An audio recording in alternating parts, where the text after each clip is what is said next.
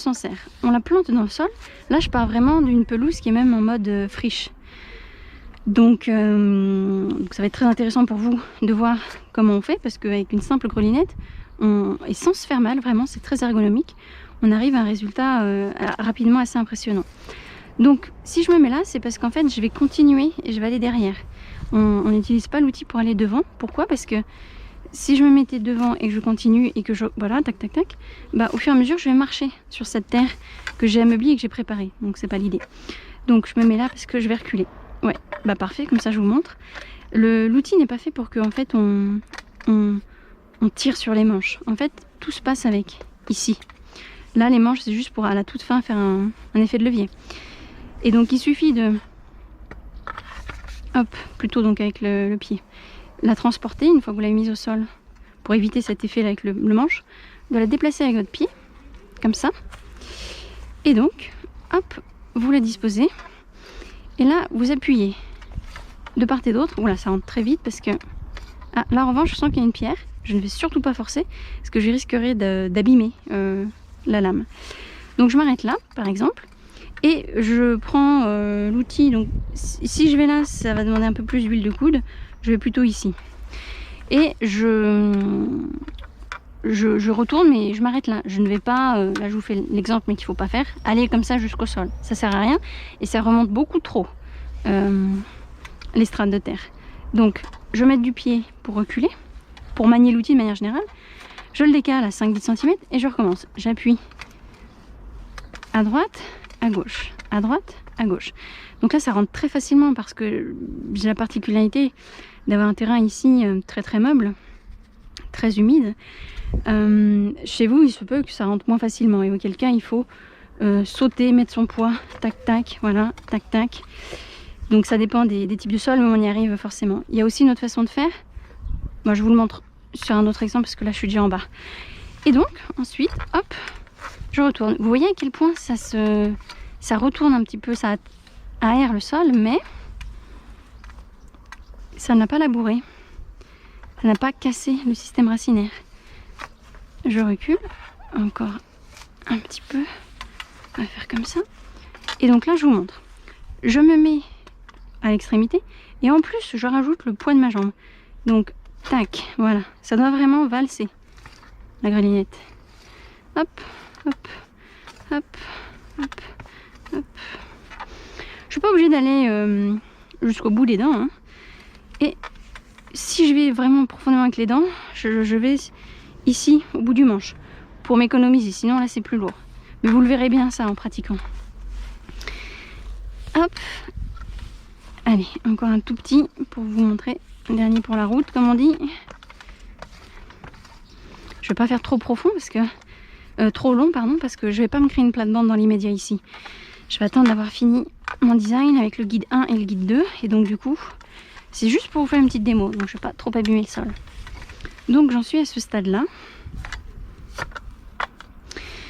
Ensuite, si c'est facile à enlever, je le fais à la main. De déraciner un petit peu comme ça, ce qui est à la surface. Parce que là, je vais vouloir récolter de la terre. Si je vois que c'est pas facile, je vais aller chercher la petite binette. Bon alors, voici une autre démo de l'utilisation de la grelinette. Ici, donc, on est sur l'ancien... avant, ici, il y avait la piscine hors sol, l'ancienne structure qui était hors d'usage, qui a été enlevée. Là, avant, il y avait la structure en bois, donc on voit que c'était de la terre un peu à nu. Et puis, là où il y avait la piscine, il y a ce géotextile feutre, type moquette, qu'il faut que j'enlève encore hein, pour finir de faire du propre. Et on voit que dessous, il est imperméable. Et comme on est sur un sol très humide, hein, ici, eh bien, on voit que c'est vraiment bien, un peu comme de l'argile, vous voyez, et en même temps très humide. Donc, comme là, je ne peux pas encore faire, je vais vous montrer ici une autre façon. Enfin, je vais passer la grelinette à nouveau, mais vous verrez mieux parce qu'on est sur de la terre battue, à nu. Parce que ce que je vous avais montré, c'était un peu plus loin, vraiment, vous voyez, en friche. Voilà, on pouvait l'utiliser et je vous ai fait une démo sur une couverture végétale très dense. Là, je vais vous la faire sur terre battue. Et hop, on va se faire petite ligne, hein, pas trop long, parce que j'ai pas besoin de travailler ici encore le sol. Alors, on commence par la planter, bien dans ce sens. Donc la courbure vers vous. Et puis, on met le pied. Ouais, voilà, ça rentre quand même facile. Et donc, petit à petit, voilà, vous mettez du poids. Si c'est difficile, vous pouvez caler votre genou. Hop, hop, hop. Et ensuite, on retourne un petit peu. Mais on va pas trop loin. Ça suffit comme ça. Et ensuite, je continue. Je recule un petit peu, donc toujours en arrière. Là, je sens qu'il y a une pierre. Alors, je me dévie un petit peu. Il faut surtout pas forcer si vous sentez qu'il y a une pierre, quelque chose de très dur, parce que vous allez casser un brin de votre grelinette. Voilà, vous voyez là, les pierres, on en voit. Voilà, voilà. Oh là là. Ouais, c'est vraiment un terrain assez pierreux contre toute attente. Parce que comme c'est une tourbière, je pensais pas qu'il y en aurait autant. Ah là là, il y a des pierres. Donc on fait attention. Je vais faire que en surface pour le moment. Ensuite, il me faudrait... Attendez, je vous fais quand même encore un peu là. Ensuite, il faudrait prendre la binette pour finir, hop, de compacter. Hop, de décompacter, pardon. Mais bon, comme là c'est juste un petit tuto, je fais juste comme ça à la surface, ça suffit très bien. Vous voyez comme quoi en 2 secondes, on se retrouve avec une terre grumeleuse, fine. Hop, hop, hop. Voilà, alors quand vous vous retrouvez comme ça,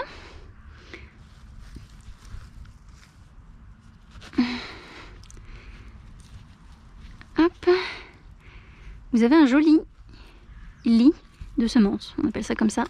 Une terre qui est à plat. Bon, faudra enlever en fait encore un petit peu les mottes avec un petit croc ou la binette ou à la main. Mais c'est pas dérangeant, on peut juste tout simplement faire comme ça pour mettre les plus petits granules au centre. Et là, vous pouvez donc créer vos sillons, planter vos bulbes, vos graines, etc. sans souci. Et donc on n'a pas besoin d'aller beaucoup plus loin. Vous avez vu, j'ai pas dû labourer, j'ai juste passé la grelinette et on se retrouve comme ça avec une très belle terre à cultiver, prête à emploi. Justement, dans une autre vidéo, je vais vous montrer d'autres usages de la grelinette parce qu'on peut encore s'en servir pour continuer de préparer notre sol. C'est parti. Bon alors, vous voyez que une fois que j'ai utilisé la grelinette pour retourner le sol et préparer comme ça un début de planche de culture, je vais encore pouvoir utiliser ce même outil en l'utilisant. Normalement c'est pas conçu pour, mais ça ne l'abîme pas de faire ce que je vais vous montrer, parce que sinon il y a des personnes qui me disent oui bon ça coûte quand même un peu cher pour l'utiliser qu'une fois par an. C'est pas forcément vrai, hein, on peut s'en servir beaucoup plus et il y a d'autres usages et ça vaut le prix par rapport au fait que ça préserve le sol. Ça coûte, celle-ci m'a coûté combien? C'est quand même une 4 dents, elle m'a coûté à peu près 100 €. Hop. Donc il faut, hein, c'est le jardinage, c'est un investissement. Il faut. Alors, une autre façon de faire, je vais d'ailleurs en fait enlever les manches, parce que j'en ai pas besoin pour le moment. Et vous utilisez comme ça votre socle. Et en fait, vous pouvez vous en servir comme si c'était un râteau pour créer un sillon. Donc par exemple, hop, vous créez votre sillon avec. Hop. Voilà, et vous créez... Il faut vraiment que je finisse. C'est pas top hein, cette ancienne structure en plastique de piscine. Mais bon voilà, ça vous crée vos sillons, donc vous n'êtes pas obligé d'avoir 10 000 outils. La grelinette, hop, vous permet de semer en ligne facilement, comme ça. Une autre utilisation, c'est de l'utiliser comme un plantoir. Ça vous fait à bonne distance, donc pour toutes les plantes qui ont besoin d'avoir une interdistance de... Là on a... Mon doigt il fait à peu près 7 cm, donc c'est ça. De nombreuses plantes que vous devez mettre à moins de 10 cm. Et ben voilà, hop, ça vous a fait l'emplacement. Et voilà, vous n'êtes pas obligé d'avoir non plus un transplantoir, les trous sont déjà faits, etc. Donc voilà, moi j'aime bien le multifonction, c'est aussi l'idée de la permaculture. Mais ça, c'est des usages auxquels la majorité des jardiniers ne pensent pas forcément. C'est seulement les usages que je vois parce qu'on ne peut pas s'en servir pour casser une motte par exemple, surtout pas, que ce soit avec les manches ou sans. Vous allez vraiment, voilà, pour le coup, abîmer. Alors, pas une motte comme ça, on est d'accord, mais là, il n'y a pas d'intérêt. Une grosse motte, non, là, il faut... Moi, je prendrais la binette, sinon, vous pouvez prendre une pelle, etc. La grelinette, elle peut être intéressante aussi, un petit peu comme une fourche, pour enlever tous les tubercules, les pommes de terre, etc., des rhizomes, tout ça. Mais voilà, ça lui donne à peu près 4-5 autres usages. Et puis ça, on s'en sert toute l'année. Donc en fait, à ceux qui me disent c'est bien mais c'est cher, je leur dis c'est un outil multifonction à l'année et on peut pas rêver mieux pour l'entretien et le suivi du jardin. Donc voilà, j'espère que ça va vous être utile, ces nouveaux usages d'une grelinette. N'hésitez pas à me le dire en commentaire ou par email comme d'habitude. Bon alors, me revoici sur les lieux du crime parce que je vous avais fait une super vidéo sur la grelinette et son utilisation. Et en fait, il y a eu un problème avec la caméra à l'enregistrement. Donc je dois tout recommencer, mais c'est pas grave, je vais vous faire une autre super vidéo. C'est les aléas de l'enregistrement. Alors, ça me permet de vous montrer justement avant, après, rien qu'avec la grelinette, qu'est-ce qu'on obtient. Vous voyez, j'ai fait ce trou en même pas 2 minutes grâce à la grelinette. Et donc là, typiquement, c'est une terre qui, si vous voulez mettre des bulbes ou des grosses graines ou autre, c'est ok quoi. Ou ensuite mettre une plante déjà existante. Après, si on voulait un lit de semences parfait, non, il faut que ce soit beaucoup plus... avoir rendu la terre en surface seulement, beaucoup plus granuleuse, semouleuse, et puis surtout plat, pour mettre des petites semences. Mais bon, voilà, ça dépend de l'usage qu'on veut en faire. Alors, la grelinette, donc, elle porte ce nom par son inventeur qui s'appelle Monsieur Grelin, André Grelin, qui habitait en Savoie. Je parle au passé parce qu'il est décédé en 1984, si je ne me trompe pas. Et donc, il est né dans les années 1900, en 1902, je crois, de mémoire plutôt. Et donc, il a créé cet outil, vraiment tel quel, le même, en 1964. Il faut comprendre que c'était assez visionnaire, voire précurseur à l'époque, en tout cas à contre-courant, parce que si on remet dans le contexte, post-45, voilà, des années 50 à 60, on est quand même dans cet essor de l'agriculture de masse, en fait, industrielle, qui a repris les codes de l'industrie. Par exemple, les engrais ou autres, c'est d'ailleurs des choses qu'on utilisait donc dans l'armée, mais qui ont été recyclées, si j'ose dire, en termes d'économie. Voilà, on a créé des nouveaux débouchés et on les a utilisés pour l'agriculture. Donc vraiment, cette agriculture post-guerre, avec la promesse de nourrir plus de personnes, d'un point de vue quantité, mais pas qualité, c'était vraiment voilà, le monde scientifique, les prouesses, le confort, les tracteurs, les machines, les motoculteurs, enfin voilà, c'était vraiment... on mettait un peu à la poubelle toutes les anciennes façons de faire vivrières des paysans, pour passer vers un nouveau paradigme en fait, de la manière de cultiver le sol. Et puis maintenant, voilà, 50 ans plus tard, on se rend compte de tous les déboires et les limites que proposait ce paradigme et cette solution. Et voilà. Et donc justement, André Grelin, lui, il était à contre-courant parce qu'il l'a inventé, ça, la grelinette, en 1964. On appelle ça aussi parfois une bio-bêche parce que ça remplace la bêche, et bio parce que ça respecte la vie. En fait, ça permet d'avoir les avantages du labour sans les inconvénients du labour. Le labour, il faut imaginer avec une bêche, je vais vous faire une autre vidéo après. On rentre donc du coup avec une lame pointue, alors que là c'est des dents rondes. Attendez, ouais, on va faire comme ça. Hop, des lames comme ça. Mettre dans l'autre sens. Hop. Ouais, elle devrait plutôt être toute ici, mais bon, c'est pas grave, tant qu'elles se sont mises.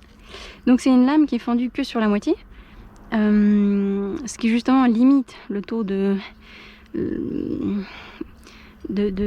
coupure nette que ça pourrait faire dans le sol. Et puis on rentre que ça jusqu'à l'armature en gros.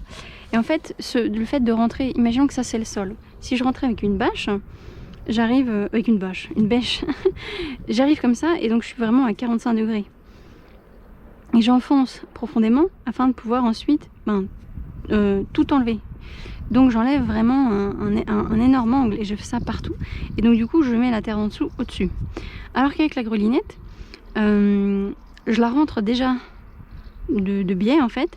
Et je fais simplement ça, je fais un tout petit angle. Donc quand elle est rentrée dans le sol, je fais simplement ça à la surface. Parce que là on reste, vous le voyez, hein, on reste vraiment dans les 5 à 10 cm. C'est la surface du sol. Et donc on n'abîme pas les racines, les êtres vivants qui sont dedans. On permet d'aérer, on crée une meilleure porosité pour rendre le sol plus malléable. Il y a plus d'air et d'eau qui peuvent pénétrer. Ça permet aussi de désherber plus rapidement, de préparer le sol, donc préparer des plates-bandes, sans donc, comme je vous disais, les problèmes. Donc c'est vraiment, c'est parfait. Et puis c'est un instrument, un outil qui dure à vie. Là c'est une très très belle qualité, c'est un acier qui a été, un alliage qui a été fait vraiment pour supporter cette pression, cet angle en biais. C'est du beau bois que j'ai peint en lin pour justement, avec de l'huile de lin pour le protéger des intempéries, etc. Donc c'est vraiment quelque chose de super. Donc c'est la grelinette, ça s'appelle comme ça. Vous pourrez trouver d'autres, enfin depuis à peu près que 4-5 ans, vous pourrez trouver d'autres modèles avec d'autres noms. Parce que en fait Monsieur Grelin, je connais pas les coulisses de l'histoire, hein, je connais pas la famille, mais je sais qu'il n'a pas pu déposer son brevet en fait. Parce que c'était pas très utilisé de son temps, faut le dire. Mais ensuite, quand même, il a eu un petit peu son heure de gloire. Et puis, il n'a pas pu, question de temps, de délai. Enfin, voilà, il s'est un peu mordu les doigts parce que maintenant, c'est devenu mondial, hein, son invention. Tout le monde parle de grelinette, surtout depuis la permaculture, qui a promu cette approche de jardinage naturel où on respecte le sol. La règle, c'est le sol, le sol, le sol. Plus tard, ça vient, cette notion de plantation, etc. Mais l'alpha et l'oméga, c'est un sol vivant, cultivé sur sol vivant. Et il n'y a pas un meilleur outil que la grelinette pour ça.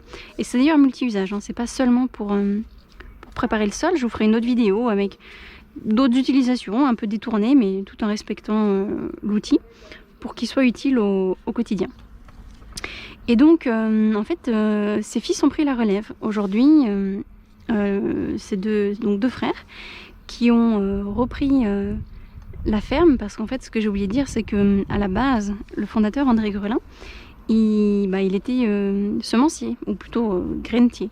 Donc, il produisait ses semences et puis il les vendait. Et donc les frères ont repris cette exploitation de grainetier et des nouvelles gammes comme ça de grelinettes. Là j'ai une grelinette à 4 dents, donc c'est parfait pour le genre de terrain que j'ai qui fait 500 m². On peut avoir à 5 dents, mais ça demande d'avoir un gabarit un peu plus fort quand même que le mien. Et puis on peut avoir sinon à 3 dents, mais ça je vous le recommande pas forcément. 3 dents, on se retrouve comme ça. Si je vous fais une démo, on se retrouve, je vais mettre dans l'autre sens.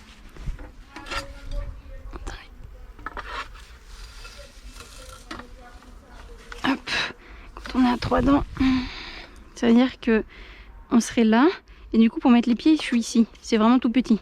Donc c'est typiquement pour jardiner dans des tout petits jardins, petites superficies, ou aller vers des allées, des bordures, des haies, des choses comme ça. Alors, comment on s'en sert? On la plante dans le sol. Là, je pars vraiment d'une pelouse qui est même en mode friche.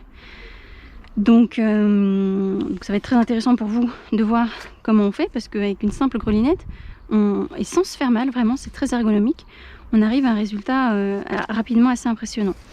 Donc, si je me mets là, c'est parce qu'en fait, je vais continuer et je vais aller derrière. On n'utilise pas l'outil pour aller devant. Pourquoi? Parce que si je me mettais devant et que je continue et que voilà, tac, tac, tac, au fur et à mesure, je vais marcher sur cette terre que j'ai ameublie et que j'ai préparée. Donc, c'est pas l'idée. Donc, je me mets là parce que je vais reculer. Ouais, parfait, comme ça, je vous montre. L'outil n'est pas fait pour que, en fait, on tire sur les manches. En fait, tout se passe avec, ici. Là, les manches, c'est juste pour, à la toute fin, faire un effet de levier. Et donc, il suffit de... Hop, plutôt donc avec le pied. La transporter une fois que vous l'avez mise au sol pour éviter cet effet là avec le manche, de la déplacer avec votre pied comme ça. Et donc, hop, vous la disposez. Et là, vous appuyez de part et d'autre. Oula, ça rentre très vite parce que... Ah, là en revanche, je sens qu'il y a une pierre. Je ne vais surtout pas forcer parce que je risquerais d'abîmer la lame. Donc je m'arrête là, par exemple. Et je prends l'outil. Donc si je vais là, ça va demander un peu plus d'huile de coude. Je vais plutôt ici. Et je retourne, mais je m'arrête là. Je ne vais pas, là je vous fais l'exemple, mais qu'il ne faut pas faire, aller comme ça jusqu'au sol. Ça sert à rien et ça remonte beaucoup trop les strates de terre. Donc je mets du pied pour reculer, pour manier l'outil de manière générale. Je le décale à 5-10 cm et je recommence. J'appuie à droite, à gauche, à droite, à gauche. Donc là ça rentre très facilement parce que j'ai la particularité d'avoir un terrain ici très meuble, très humide. Chez vous il se peut que ça rentre moins facilement et auquel cas il faut sauter, mettre son poids, tac tac, voilà, tac tac. Donc ça dépend des types de sol, mais on y arrive forcément. Il y a aussi une autre façon de faire. Moi je vous le montre sur un autre exemple parce que là je suis déjà en bas. Et donc ensuite, hop, je retourne. Vous voyez à quel point ça retourne un petit peu, ça aère le sol, mais ça n'a pas labouré. Ça n'a pas cassé le système racinaire. Je recule encore un petit peu. On va faire comme ça. Et donc là je vous montre. Je me mets à l'extrémité et en plus je rajoute le poids de ma jambe. Donc tac, voilà, ça doit vraiment valser la grelinette. Hop, hop, hop, hop, hop. Je suis pas obligée d'aller jusqu'au bout des dents, hein. Et si je vais vraiment profondément avec les dents, je vais ici au bout du manche pour m'économiser, sinon là c'est plus lourd. Mais vous le verrez bien ça en pratiquant. Hop. Allez, encore un tout petit pour vous montrer. Dernier pour la route, comme on dit. Je vais pas faire trop profond parce que trop long, pardon, parce que je vais pas me créer une plate-bande dans l'immédiat ici. Je vais attendre d'avoir fini mon design avec le guide 1 et le guide 2. Et donc du coup, c'est juste pour vous faire une petite démo. Donc je vais pas trop abîmer le sol. Donc j'en suis à ce stade-là. Ensuite, si c'est facile à enlever, je le fais à la main. De déraciner un petit peu comme ça ce qui est à la surface, parce que là je vais vouloir récolter de la terre. Si je vois que c'est pas facile, je vais aller chercher la petite binette. Donc je vais aller faire ça.